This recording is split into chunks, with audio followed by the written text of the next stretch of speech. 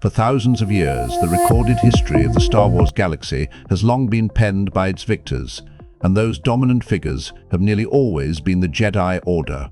Popular tales, holodramas, and traditional lore focus endlessly on the eternal struggle between the light side and the dark side of the Force, ancient mystical prophecies, and the legendary warrior monks who guarded galactic peace.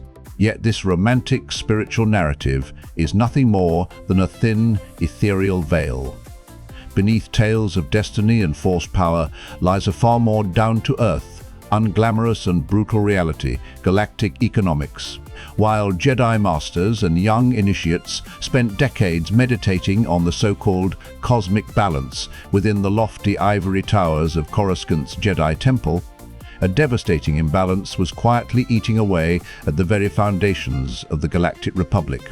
Contrary to widespread fan theories and surface-level assumptions, it was not a power-hungry Sith Lord that brought ruin to the Outer Rim territories. The true culprit was no dark sorcery or ancient curse. It was ledgers, profit margins, and cold commercial calculations. The ruling elite weaponized the galaxy's most vital lifelines, the interstellar hyperlanes, turning public trade routes into instruments of exploitation that doomed countless star systems across the frontier. To truly comprehend the slow collapse of the Galactic Republic, we must turn our gaze away from the glittering skyscrapers and prosperous hubs of the core worlds, and peer into the long shadow cast by Coruscant's corporate stranglehold over interstellar trade. In this deep dive, we will strip away centuries of romanticized myths and one-sided historical accounts, and fully expose the full picture of the Outer Rim's socio-economic collapse. We will break down step by step how greedy galactic megacorporations, paired with a complacent, negligent Republic Senate, built a comprehensive Hyperlane monopoly. This monopoly drove once prosperous independent star systems into complete bankruptcy, creating a massive social and economic void across the frontier. A vacuum this large could never stay empty for long, and it was eventually filled by the most cruel, calculating, and powerful criminal empires the galaxy had ever witnessed. This is not a heroic legend of knights and villains. It is a thorough post-mortem of a powerful, flawed state that rotted from the inside out. Coruscant stands unrivaled as the crown jewel of the core worlds. This planet-wide ecumenopolis is the ultimate monument to 10,000 years of accumulated galactic civilization, art, and technological progress. But no magnificent prosperity comes without a hidden price. If you look past the dazzling luxury of its upper urban levels, you will clearly see the heavy costs borne by distant regions to sustain such splendor. The so-called Golden Age of the Galactic Republic was merely an elaborate optical illusion. This false prosperity was built upon a predatory, unequal relationship between the wealthy core and the remote peripheral star systems. The core worlds maintained their utopian quality of life not merely through technological innovation and domestic production. They deliberately shifted all high-risk, labor-intensive, and environmentally damaging industrial work to the isolated colonies scattered across the Outer Rim and Mid-Rim. By the late era of the Galactic Republic, legislative power within the Senate had long degenerated into a tradable commodity.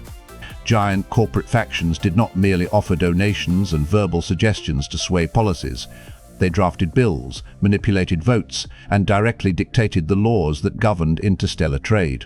The Great Frontier Beacons, a network of navigational facilities once designed to guarantee fair, equal access to hyperlanes for traders of all classes, fell into disrepair as Coruscant's governing priorities shifted drastically. Funding for routine inspection, parts replacement, and full maintenance of Rim infrastructure was repeatedly slashed year after year. Meanwhile, toll fees for traveling along major primary hyperlanes leading toward the core continued to surge without restraint. The message sent to every Rim trader, farmer, and independent captain was loud and unambiguous. If you could not afford the rising tolls, you did not belong to the galactic trading network at all. In the endless void of outer space, distance is never measured purely by kilometers or light years. For working traders across the galaxy, distance is calculated entirely in Republic credits. The great galactic routes, including the iconic Perlemian trade route and the bustling Hydian Way, are the vital circulatory arteries that keep galactic commerce alive. But as the Trade Federation and the intergalactic banking clan gradually expanded their influence across hyperspace territories, these once public shared routes were transformed into private cash cows for corporate elites. Historians now refer to this calculated scheme as the Gatekeeper Protocol. On the surface, it was framed as a set of administrative optimizations for traffic management. In essence, it was a masterclass in deliberate corporate sabotage against independent operators. The core strategy behind the protocol was simple in design, yet utterly devastating in its long-term impact. Leveraging their overwhelming influence inside the Republic Senate, major conglomerates pushed forward proposals to shut down and decommission all secondary free hyperlane routes. They fabricated excuses of rampant piracy, navigational hazards, and flight safety risks to justify their decisions. With all alternative paths closed off, every interstellar cargo ship, civilian transport, and trading vessel was forced to converge on a small number of high-tax corporate choke points. For an independent freighter captain hailing from frontier worlds like Eriadu or Tatooine, this change meant an inescapable trap.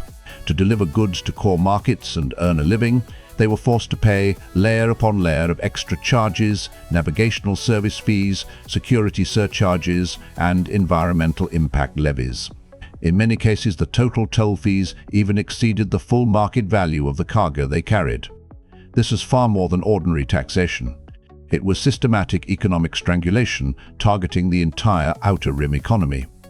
The Republic's long-term neglect left Rim navigation beacons and signal relay stations decaying year after year with no sufficient funds for restoration. At the same time, the intergalactic banking clan took advantage of desperate planetary governments across the frontier, offering so-called low-interest reconstruction loans. These loans carried hidden predatory clauses and harsh repayment terms. Countless star systems failed to keep up with payments and eventually had their ports, docking yards, and key planetary assets fully seized by the banking clan. By the time the Separatist crisis broke out, the Outer Rim was not only politically alienated from the Republic. Every corner of the frontier had fallen into legal insolvency and complete financial ruin. Nature abhors a vacuum, and the same rule applies to galactic markets. When the Republic's official legal trade framework crumbled under the weight of corporate greed, the empty space it left behind was quickly occupied by forces that had long operated in the galactic shadows. This marked a critical turning point for criminal groups across the Rim. Organizations like the Pike Syndicate and Crimson Dawn evolved from local street gangs and small smuggling rings into large-scale alternative utility providers for the frontier. The Republic refused to allocate funds for local defense, patrol forces, and basic public protection in remote regions. The criminal syndicates stepped in to fill the gap, and every service they offered came with a clear price tag. We can clearly see this drastic shift by observing the transformation of the Outer Rim's labor force. Thousands of honest, hard-working traders, asteroid miners, and planetary farmers lost their livelihoods overnight, unable to afford the prohibitive hyperlane tolls. These were not born criminals. They were ordinary working people trapped inside a rigged, unfair system. With no legal channels left to export grain, ores, and local produce, they had no choice but to turn to the only commodity that still maintained steady, secret demand among core elites: spice. Once thriving agricultural colonies were gradually abandoned. Vast farmlands and greenhouses were repurposed and renovated into large-scale spice processing refineries. The galaxy's criminal overlords did not need to conquer the Outer Rim by force. They simply walked in and took control of a region that had already collapsed financially, much like bidders claiming goods at a bankruptcy auction. Meanwhile, in the magnificent Senate halls of Coruscant, politicians delivered passionate speeches denouncing the rampant lawlessness of the Outer Rim. Senators dressed in luxurious silk robes publicly mourned the victims of piracy and violent crimes. Yet behind the thick glass doors of exclusive private clubs scattered across Galactic City, the ugly truth was far more horrifying. The so-called shadow economy was never an enemy of the Republic's ruling establishment. It was its silent, inseparable business partner. Core-based major corporations, the very groups that funded senatorial election campaigns, had discovered a cold, practical truth. Criminal syndicates ran logistics and raw material supply chains far more efficiently than the slow, bureaucratic Republic institutions. Secret business contracts circulated through encrypted, private holonet channels, linking the towering skyscrapers of core corporate districts to the desert palaces of Hutt clan leaders. Why pay the high labor costs and comply with strict environmental regulations set by Republic laws when corporations could outsource raw material collection to syndicate-run mining camps? By utilizing the smuggling routes controlled by Crimson Dawn, these enterprises could freely bypass the expensive tolls that they themselves had lobbied to create for independent rivals. This formed a perfect closed loop of corruption and exploitation. Inflated tolls ruined independent traders. Poverty and despair fed the growth of criminal groups, and the syndicates then supplied cheap, unregulated resources to sustain the core's extravagant lifestyle. This hypocrisy was not limited to individual politicians or small cliques. It had become a systemic flaw running through the entire Republic regime. A single senator might stand on the Senate floor and demand a larger military budget to crack down on the spice trade. In private life, that same person owned partial shares in the very spice refineries on Kessel that produced the contraband. By the era of the Clone Wars, the shadow economy had fused so deeply into the overall galactic GDP that any real, large-scale operation to dismantle the cartels would trigger a full-blown economic depression across all core worlds. The Republic was never truly fighting against crime. It was merely managing its own dark, underground subsidiaries. When historians and storytellers talk about the rise of the separatist movement, most narratives simplify it as a political dispute manipulated and orchestrated entirely by Count Dooku and the Sith. This interpretation only scratches the surface. Dooku did not create the flames of rebellion across the galaxy. He merely provided oxygen to a population that had long been suffocating under oppression. The Confederacy of Independent Systems gained its most loyal and passionate supporters primarily from the Outer Rim. These people did not worship the Sith ideology. They simply hated the economic tyranny imposed by Coruscant. The long-term socio-economic abandonment of the Rim created fertile ground for radical thoughts and separatist ideas to spread like wildfire. The privatization of high-volume interstellar hyperlanes turned public infrastructure into a tool of oppression. This is the timeless lesson embedded within Star Wars lore, one that also mirrors countless chapters of real human history. When a region's trade arteries are monopolized and owned by a tiny elite group, lawlessness and underground dealings will inevitably become the only practical survival model for the general public. The Sith Order was not the force that destroyed the Galactic Republic. They merely walked onto a stage that corporate greed had already fully set up. Long before a single red lightsaber ignited inside the Senate chamber, the Republic's foundation had been eaten away and rotted from within. The Sith were just the final performers on a stage built by decades of exploitation and corruption. To fully understand how this monopoly took root, we must also look at the Republic's failed regulatory mechanisms.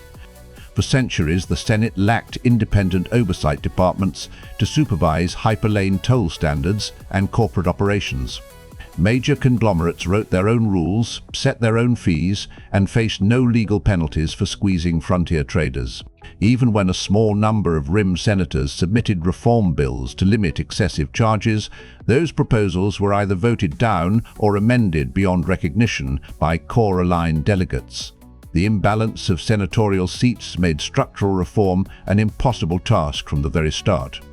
The Outer Rim had sparse population and scattered star systems, which meant far fewer representatives in Coruscant.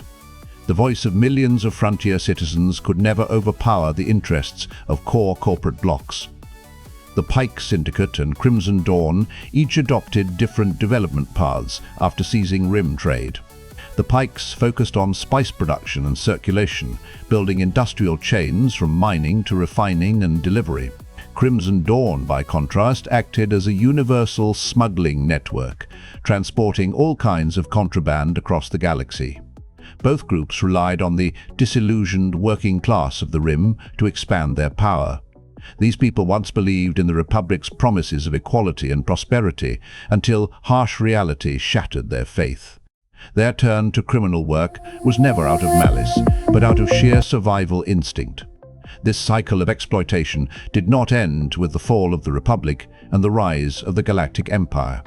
Emperor Palpatine inherited the broken Hyperlane system and reorganized it into state monopoly. The Empire removed some corporate tolls, but it did not solve the fundamental inequality between core and Rim. Frontier star systems still faced trade barriers and resource deprivation. The old economic wounds never healed, and the criminal networks that grew up in the Republic era continued to operate in secret.